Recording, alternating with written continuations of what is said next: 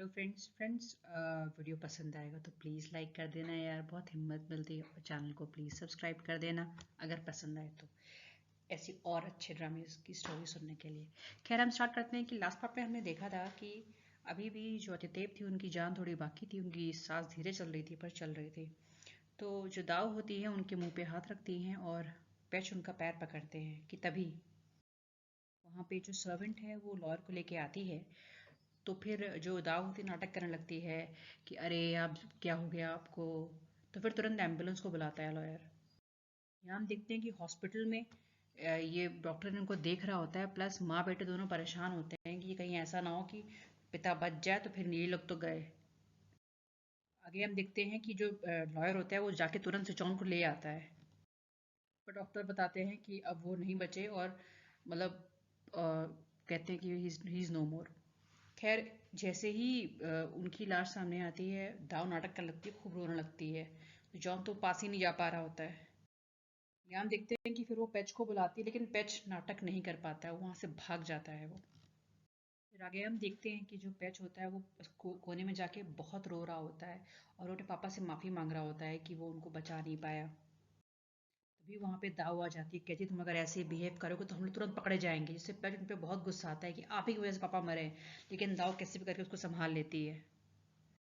यहाँ हम देखते हैं कि सिजौन है, उसको बिल्कुल पुरानी बात याद आ रही होती है कि जब उसके पिता उससे मिलने आए थे तो वो दोनों लोग उसकी माँ की ग्रेव पे गए थे और किस तरह से उसके पिता उससे कह रहे थे कि बेटा मुझे माफ़ कर दो। और वो कैसे उसकी माँ से ही माफ़ी मांग रहे थे कि मैं तुम लोग का कभी सपोर्ट नहीं किया, तुम लोग को कभी नहीं प्रोटेक्ट किया, लेकिन अब मैं करूँगा, अब मैं अपनी सारी जिम्मेदारी निभाऊंगा। लेकिन सिजौन भी उनसे कहता है कि नहीं, आपने हमें प्रोटेक्ट करने के लिए अलग किया था, तो आप अपने आप को गिल्टी महसूस मत कराइए, आप अच्छे पिता थे।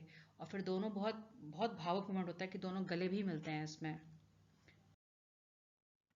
खैर, वहाँ पे जॉन खैर रो रो के उसकी हालत बहुत ख़राब हो जाती है। या हम देखते हैं कि रात के टाइम जब यहाँ पे वो सेरेमनी हो रही होती है, तभी यहाँ पे सिचुआन आता है जान और सब लोग के साथ। तो जैसे सिचुआन आता है तुरंत पीछे से मे आती है, उससे गले मिलती है और उसके बाद फिर फाबी पहुंच जाती है उसको कंसोल करने के लिए। ये सब खैर आंट देख रही होती है कि दोनों लड़कियां पीछे पड़ी हैं सिचुआन के, तो वो तुरंत उसको वहां से लेके जाती हैं। अंदर हम देखते हैं कि अभी तक तो दाओ शांति से बैठी हुई थी, लेकिन जैसे वो रिपोर्टर्स को देखती है तुरंत वहाँ पे नाटक करने लगती है, आंसू बहाने लगती है कि अरे उनको हार्ट डिजीज थी पर मुझे पता नहीं था कि वो इतनी जल्दी हमें छोड़ के चले जाएंगे। यहाँ रिपोर्टर्स जो हैं जैसे जॉन को देखते कि वो अंदर आया तुरंत उसके पीछे भागते हैं और उससे पूछते हैं कि ये बताइए, आप खून नजीब आपको सू करने वाले थे, क्या आप वाकई में एक नालायक औलाद हैं और ये सब। तो फिर जॉन से ये बोलता है कि देखिए ऐसा कुछ भी नहीं है, ये सब फेक न्यूज़ थी, मेरे पिता और मेरे में अच्छी अंडरस्टैंडिंग थी और ये जो ये कुछ भी नहीं है। तो फिर वो उससे लॉ सूट के बारे में पूछने लगता है, लेकिन लॉ सूट के बारे में अब ये आती है, दाव आती है खुद से सामने, कहती है कोई भी लॉ सूट नहीं होगा, क्योंकि सिचौन ने जो ज़मीन है वो वापस कर दी है, इसलिए कोई भी लॉ सूट नहीं होगा। और वो कहती है क्यों सिचौन, सही कह रही हूँ ना मैं। लेकिन सिचौन कुछ नहीं बोलता उस समय। खैर, फ्यूनरल के बाद जो है दोनों माँ बेटे दाऊ और पैच आते हैं और सिचौन को कहते हैं कि अब भूत में क्या लगा, तुम्हारे पिता तुमको बचा पाएंगे, किसी कीमत पे नहीं बचा पाएंगे वो। अब वो ज़मीन हमारी है, क्योंकि उनके मरने के बाद हम उनके लीगल हस्बैंड और लीगल सन और उनकी वाइफ हैं, इसलिए। और तुम, अब सब कुछ मेरा है, मेरा। दाव बोलती है जॉन से, लेकिन जॉन से कहता है कि आप परेशान मत होइए, क्योंकि मेरे पिता मुझे बचाएंगे और उन्होंने मुझे कैसे बचाया है ये मैं आपको दिखाऊंगा। और वो वहां से चला जाता है। या हम देखते हैं कि जब वो लोग घर पे आ रहे होते तो घर पे यही डिस्कशन चल रहा होता है कि अभी कल रात तक तो ठीक थे, अतिदेव आराम से जॉन से बात भी किए थे, अचानक से क्या हो गया। तो अब फिर बल्कि पॉप भी कहता है मुझे लगता है कि ये सब कुछ, ये कुछ झगड़ा हुआ है आपस में। तो दाऊ और पैच से झगड़ा हुआ है, इस वजह से उनको हार्ट अटैक आया है, इसी वजह से उनकी जान गई। क्योंकि डॉक्टर भी जो थे वो ये कह रहे थे कि अगर इनको थोड़ा पहले लाया गया होता तो इनकी जान बच सकती थी, पर इनको पहले नहीं लाया गया। पर तो जॉन कहता है कि अगर हमारे पास प्रूफ नहीं है तो हम लोग इन पे इल्ज़ाम नहीं लगा सकते हैं, तो हम लोग को कुछ और सोचना पड़ेगा। खैर, यहाँ रात में जो जॉन होता है वो बहुत परेशान होता है, बाहर देख रहा होता है, तभी जैन आती है। वो जैन से कहता है कि मतलब कितनी सारी चीज़ें थी जो मैं पापा से कहना चाहता था, लेकिन जब भी मैं उनको देता था हमेशा उनसे शिकायत ही करता था, या उनसे लड़ता था, या उनकी इंसल्ट करता था। मैं कभी उनसे प्यार से नहीं बात करता था। और जब मुझे मौका मिला कि मैं वो सब चीज़ सही कर सकूं और उनसे अपना रिश्ता अच्छा कर सकूं, तो वो तो अब है भी नहीं। मैं कितना कितना बुरा सन हूं मैं, मतलब मैं अच्छा अच्छा बेटा नहीं साबित हो सका। इस पे जान उस बहुत प्यार से उसका हाथ पकड़ती है, उसे सहलाती है। फिर वो उससे कहती है कि तुम्हें पता है कि आपस में बहस करना, दूसरे गुस्सा करना, एक दूसरे से प्यार करना, ये सब फैमिली का ही पार्ट होता है, ये सब फैमिली ही करती है। और ये हर घर में होता है, किसी एक घर में नहीं, हर घर में ऐसा होता है। और ये बहुत नॉर्मल है, तो इसलिए ज़्यादा मत सोचो और ज़्यादा तुम रिग्रेट मत करो पास्ट को। तुम्हारे पापा अच्छे से जानते थे कि तुम उनसे कितना प्यार करते हो। वो समझते थे इस बात को कि तुम उनसे कितना प्यार करते हो।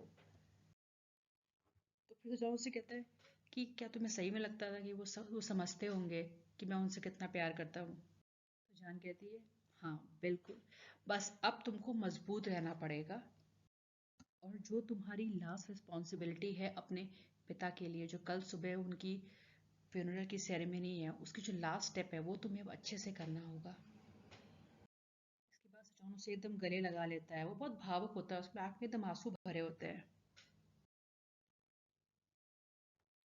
यहाँ पे दाऊ के दिमाग में सिर्फ एक बात चल रही होती है कि सेचौन क्यों, उसने उसने बहुत कुछ किया, मतलब इनफैक्ट जब हॉस्पिटल में भी एंटर किया था तो वो लगा था इल्ज़ाम लगी थी इल्ज़ाम लगाने ये उस पे कि तुम्हारी वजह से अतिथि को ये सब हुआ है। प्लस वहाँ पे भी जब वो कह रही थी कि सारी ज़मीन अब मेरी हो जाएगी, तो जो सेचौन था उसका कॉन्फिडेंस बरकरार था, तो वो सोच रही थी कि ऐसा क्या है कि इसको ऐसा कॉन्फिडेंस क्यों है कि जो जिसकी ज़मीन है इसको वापस मिल जाएगी। तो फिर वो सीधे जाके उनका लॉकर खोलती है जिसमें वो एग्रीमेंट होता है कि 1 मंथ के लिए उन्होंने लिया है, उसके बाद वो रिटर्न कर देंगे वरना इन पे केस हो जाएगा।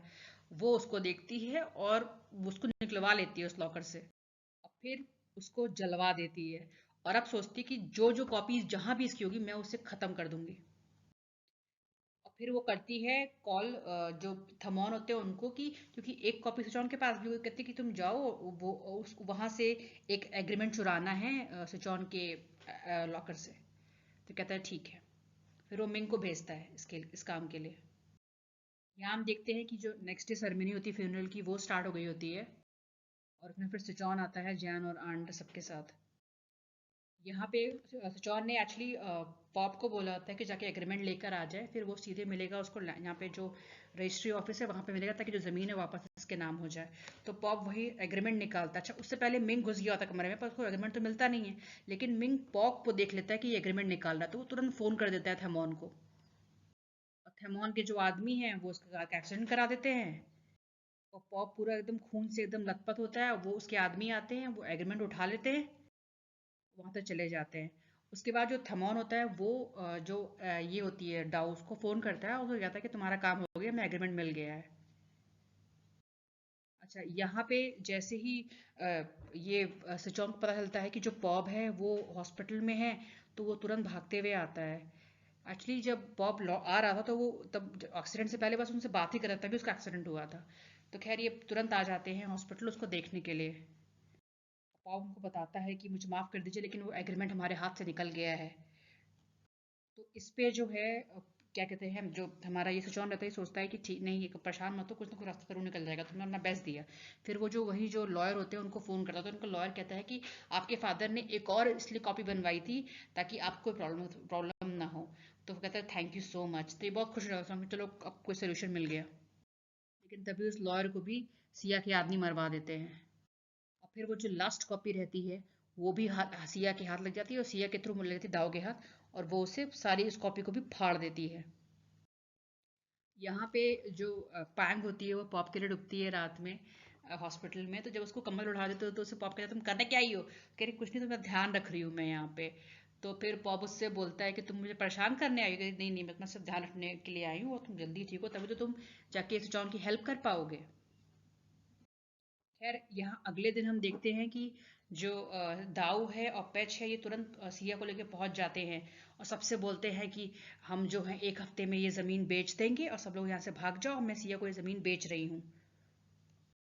जिसपे जो सिचौन होता है वो कहता है कि रुक जाओ मेरे पास, मैं अभी तुम्हारे तुम्हारे अकल ठिकाने करता हूँ, क्योंकि वो कहता है कि ऐसा तुम कुछ नहीं कर सकती, क्योंकि मेरा डैड का एग्रीमेंट हुआ था कि 1 महीने बाद ज़मीन मुझे मिल जाएगी। तो कहती है ठीक है डॉक्यूमेंट दिखाओ।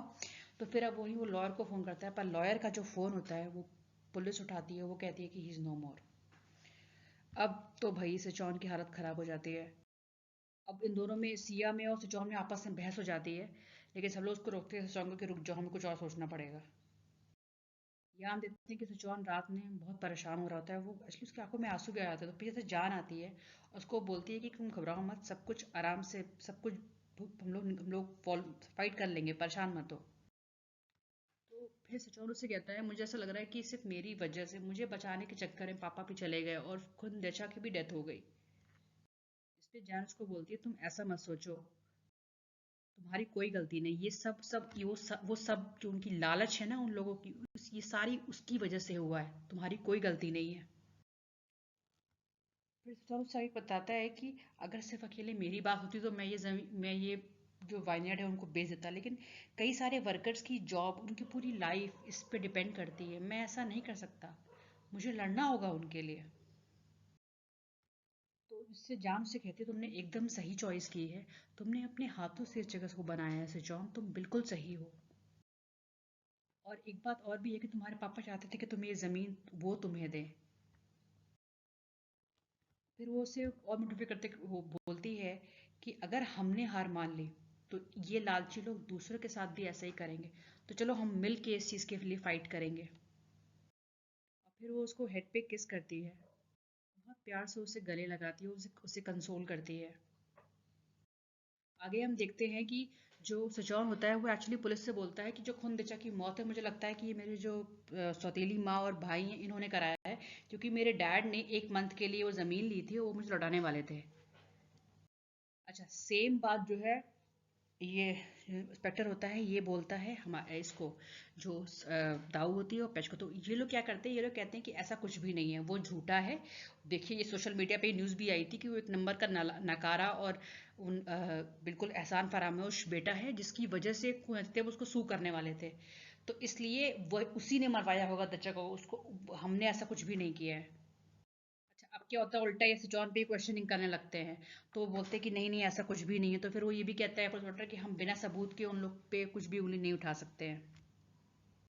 अच्छा, बाहर आके जो दाऊ होती है और पैच होती है, ये खूब मजाक उड़ाते रहती है कि अब तैयार है, वो जमीन हमारी ही है, तुम कुछ भी नहीं कर सकते सर जॉन। फिर हम यहाँ देखते हैं कि ये दाऊ और पैच घर पहुंचते हैं, तो फा उनसे मिलने आती है। अच्छा, उसके बाद जब ये अभी अभी फा और ये जो पेच होते हैं ये अलग अपना चले जाते हैं, लेकिन अभी पेच उसको बोलता है कि मैं नहा के 1 मिनट आता हूँ। खैर फिर ये इसको फ़ोन आ जाता है इसी थमॉन का, तो अब थमॉन से ये कहती है वो जो डॉक्यूमेंट है उसको तुम डिस्ट्रॉय कर दो, तो वो उससे बोलता है कि मैं ऐसा कुछ भी नहीं करूँगा, ठीक, क्योंकि ये इस डॉक्यूमेंट की वैल्यू समझ गया होता है। तो वो कहता है कि तुम तो बिलियन में कमाओगी उस वायनेट को बेच के, तो मुझे 150 मिलियन चाहिए, ठीक है।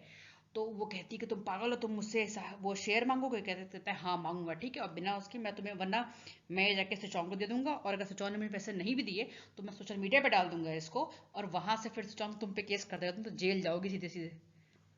तो जिसपे एकदम जो ये होती है दाव एकदम चिढ़ जाती है। अच्छा, ये सारी बातें फा सुन लेती है, तो वो सीधे सिचौन को फोन करने वाली होती है, और लेकिन तभी जो ये पीछे से पैच आ जाता है, और वो तभी और दाऊ भी आ जाती है, तो उसे कहती कि मम्मी ये फ़ोन करने वाली थी सचौन को, अब ये इसे पकड़ लेते हैं। तो फ्रेंड्स, जो कमिंग एपिसोड है वो बहुत इंटरेस्टिंग है, क्योंकि सीरियसली मतलब ये किसी थ्रिलर मूवी से कम नहीं है, जिस तरह से इन्होंने बनाया, एक एपिसोड में दिखा दिया है, वाओ, आई मस्ट से इन्होंने बहुत फास्ट पेस स्टोरी रखी है। फ्रेंड्स प्लीज़ चैनल को सब्सक्राइब करो यार, और लाइक कर दो वीडियो, थैंक यू, और मैं नेक्स्ट वीडियो जितनी जल्दी आएगा मैं उसको अपलोड कर दूँगी।